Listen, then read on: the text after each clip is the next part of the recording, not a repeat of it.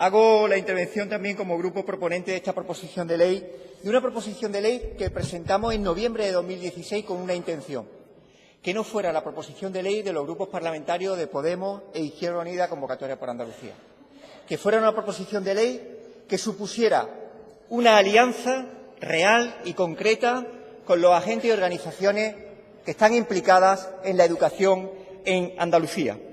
Hemos convertido esa iniciativa, que tuvo en principio, y nunca mejor dicho, en una ley educativa, un proceso pedagógico y explicativo, las mayores de las complicidades, los apoyos y los respaldos de los agentes y organizaciones sindicales, del Movimiento Andaluz de la Educación Pública y de las organizaciones que lo integran, de asociaciones de madres y padres, de federaciones, de organizaciones estudiantiles y de todos los sindicatos que forman parte de la Mesa Sectorial de Educación, Comisiones Obreras, UGT, AMPE, CESIF, USTEA y también de la Confederación General de Trabajadores de CGT. Hemos asistido a un proceso de mejora y de concreción de una ley que plantea un mensaje de esperanza y un mensaje de diferencia y un mensaje de justicia de Andalucía al resto del país sobre cómo podemos salir de la crisis, una crisis que ha asolado los servicios públicos y sobre los que sí hay solución. Y hay solución desde una perspectiva muy clara, la de blindar los servicios públicos sobre supuestos de suelo de inversión. Esto es, lo que no se ha hecho nunca desde que se adquirieron las competencias plenas en materia de educación, pero tampoco en materia de sanidad y servicios sociales, ni en esta comunidad autónoma ni en el resto de las comunidades autónomas de España. Asistimos, por tanto, a una propuesta que es una enmienda a la totalidad de política de recorte durante los años de la crisis, pero que también es la demostración de que se puede salir de otra forma de la crisis desde un blindaje que significa una apuesta clara por lo que se denominan salarios indirectos y que son base de la igualdad de la sociedad andaluza. La proposición de ley que traemos en este momento y de la que nos sentimos profundamente reforzados por el apoyo entusiasta de estos agentes educativos, es decir, de todos aquellos que defienden la educación en Andalucía y la educación pública, tiene una modificación de la Ley de Educación andaluza. Tiene su traducción formal en una modificación de la Ley de Educación andaluza que, como saben ustedes, y a propuesta del Partido Socialista, fue la primera vez que se abordó en términos educativos en una división entre la enseñanza universitaria y la no universitaria, y se centró y se circunscribió solamente a la no universitaria. Y la modificación de la ley lo dice muy claramente. Hacen apelaciones a informes de gasto, pero no establece un compromiso político sobre el mínimo de gasto.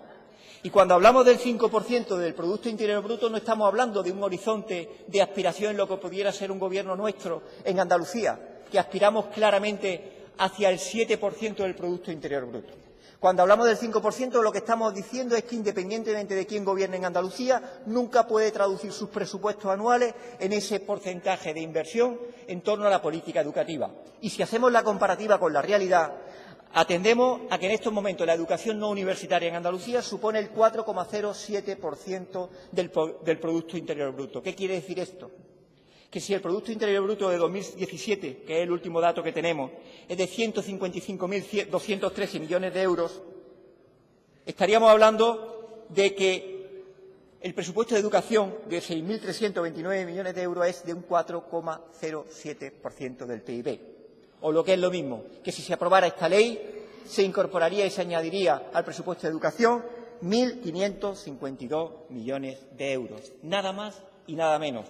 Cuando la señora Díaz, en el último debate general de Andalucía, hace el ofrecimiento de un acuerdo para un proyecto que en un correlato tiene el acuerdo de financiación del 5% del Producto Interior Bruto, que coincide con el debate del Pacto de Estado sobre la educación, en el que el Partido Socialista, al que ustedes pertenecen, el grupo parlamentario que sostiene al Gobierno, se sale porque no se acepta por el Partido Popular en primera instancia, que ahora parece que sí, el 5% del Producto Interior Bruto. Cuando también se plantea en un elemento de coherencia el hecho de que, si ustedes ofrecen ese acuerdo, hay una respuesta. La respuesta es la aprobación o la aceptación de la toma en consideración de esta proposición de ley. ¿Hay un quiebro? Sí, hay un quiebro. La señora Díaz es la presidenta de un Gobierno que, cuando nosotros presentamos la iniciativa en noviembre de 2016, se muestra su criterio contrario a la toma de consideración. Teóricamente, en el debate general dice que está dispuesta a abordarlo.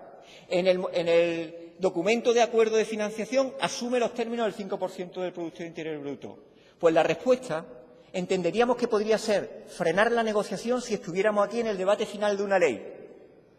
Pero, señorías, estamos hablando de la toma en consideración de la ley. Esto es, de un texto que se presenta en la que tiene que definirse si hay voluntad de desarrollo legislativo en esta legislatura en el Parlamento y, desde luego, entendiendo por las partes proponentes que todo texto que se toma en consideración por el propio procedimiento legislativo y por la propia naturaleza del trámite parlamentario es susceptible de mejora.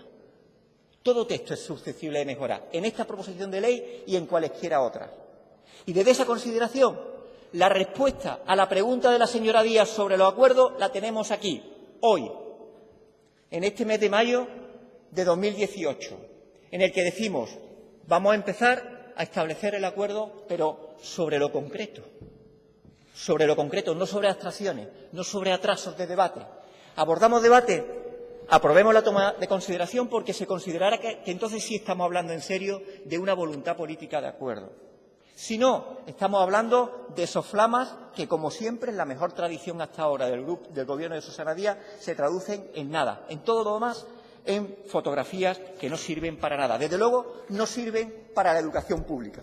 No sirven para bajar las ratios que están superadas por encima de la norma. ¿O es que ustedes no hablan con los docentes que tienen ratios o grupos de alumnos por encima de lo legal, o si la tienen dentro con alumnado con necesidades educativas especiales? Y esta ley permitiría aumentar el 10% de las plantillas docentes y permitiría armonizar una oferta de empleo público necesaria para aminorar el porcentaje de profesorado interino en el sistema, con la garantía de estabilidad de quien está en estos momentos para varias convocatorias de oferta de empleo público. 1.000 orientadores a tiempo completo en los CEI. ¿Han hablado ustedes con los orientadores que no pueden atender y diagnosticar al alumnado que tiene que atender de manera itinerante en varios colegios? Un aumento del 16% de gastos de funcionamiento del centro, que es el 16% que se ha ido reduciendo durante estos 5 años. Más de 3.700 monitores de educación infantil, la construcción de 20 institutos y colegios públicos, la incorporación de monitoras de educación especial, no de dobles monitoras, unas cobrando la mitad que otros, la renovación del equipamiento informático que se ha quedado obsoleto, la gestión directa de los comedores escolares como modelo y arraigo en determinados colegios que deben de ser ejemplo de expansión, la mejora de las condiciones bioclimáticas de los centros educativos.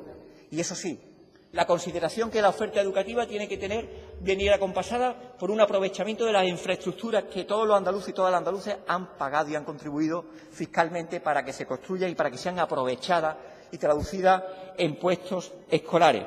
Y tenemos la satisfacción de que recibimos el apoyo de la comunidad educativa, recibimos el apoyo unánime de todos los sindicatos educativos en Andalucía, pero es que recibimos el apoyo de muchos municipios que han aprobado mociones locales y con la aprobación, y estamos contentos de ello, en muchas ocasiones tanto del Partido Popular como del Partido Socialista. Dos Hermanas, Fuengirola, Linares, Villaluenga del Rosario, Jerez, Rota, Huelva, Ayamonte o Aracena.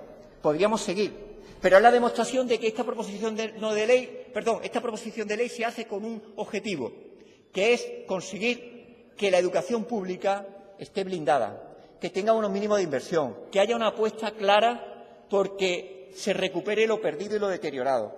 Y un mensaje al resto del país.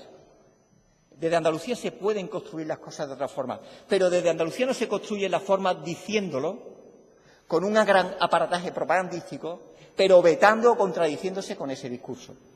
Señorías, tienen ustedes una posibilidad de demostrar con hechos que abogan por la educación pública en Andalucía, que se puede demostrar que hay un blindaje, y esto sí que es un pacto educativo y lo demás son milongas, de que hay un blindaje de la inversión y que obligará a cualquier gobierno, esté quien esté en la Junta de Andalucía y en la cabeza de ella. Por eso pedimos ese blindaje educativo en un ejercicio de coherencia que será agradecido por estudiantes, por familias y por docentes de la educación pública, y que, desde luego, dará un mensaje de fortaleza de que desde Andalucía se pueden construir de manera diferente, con hechos, porque obras son amores y no buenas razones. Muchas gracias. Gracias, señoría. Turno para